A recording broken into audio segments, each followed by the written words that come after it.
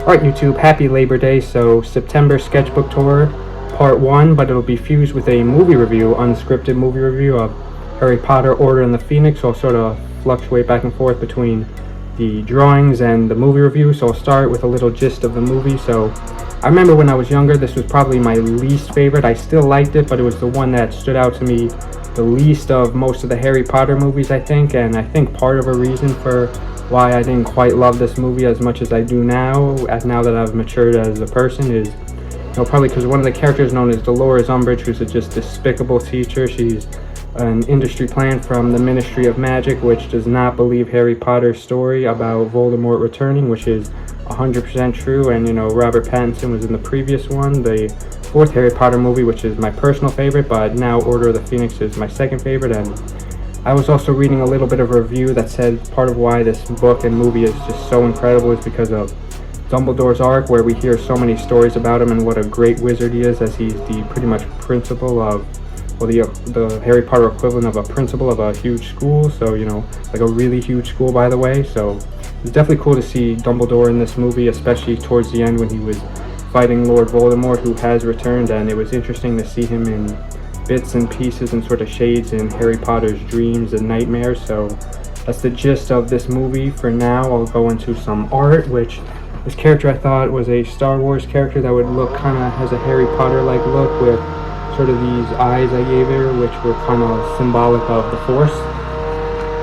In this next drawing, this actor has also appeared in Harry Potter, a series, at least a spin-off, I believe. Jude Law, this is his Skeleton Crew character, but I did make these eyes intentionally the dark side and the light side. So it's a little bit of a preview of what's to come of September, because there's so much more art. I'll show a little towards the end of this vlog, but as I'm improvising, I think it's better that I give you guys a separate September sketchbook tour for the first day of September. But stay tuned for that vlog shortly. So back to Harry Potter and the Order of the Phoenix. I really love the opening, where it's like Harry's just like so drowning in his sadness because his friend Cedric Diggory, who was Robert Pattinson, who's now Bruce Wayne, who's Batman, he was in the previous Harry Potter movie, which is, like I said, my favorite one. So it's definitely picks up well. And we see the Dementors, which we often saw or always saw in the third one, which was a big one. And one thing I do like about the third one especially is that Voldemort's not the primary villain, but is still there, even though he's not there. But now he's officially there.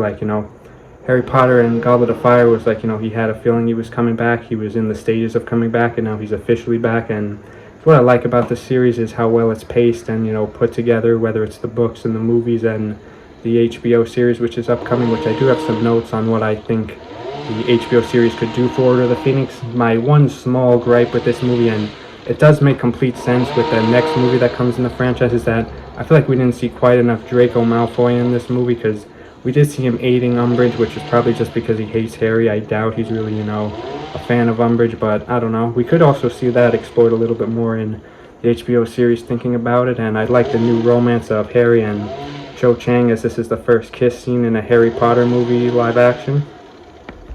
And of course, this is the next drawing, which is Scizor with his red cloak. So it's all the art for now.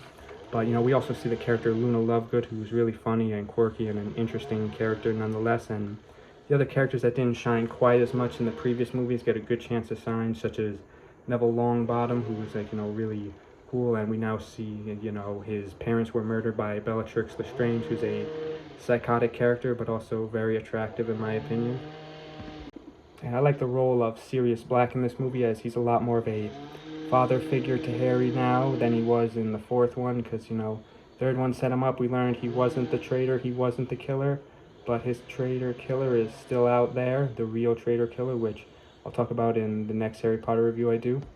But I also love so much about this movie. Something that I think the HBO series could do with this movie is sort of fill in the holes, because there was so much interesting lore of the Order of the Phoenix complex, or concept, my apologies, of sort of Dumbledore's army too, where the characters Harry, Hermione, and Ron, of course, are forming an underground, quite almost literally, school to teach the dark arts, because or defense against the dark arts, because the defense against the dark arts teacher Dolores Umbridge does not like that and wants everything her way. And in the end, she gets a good and well-deserved karma of being taken away, which was definitely satisfying to see.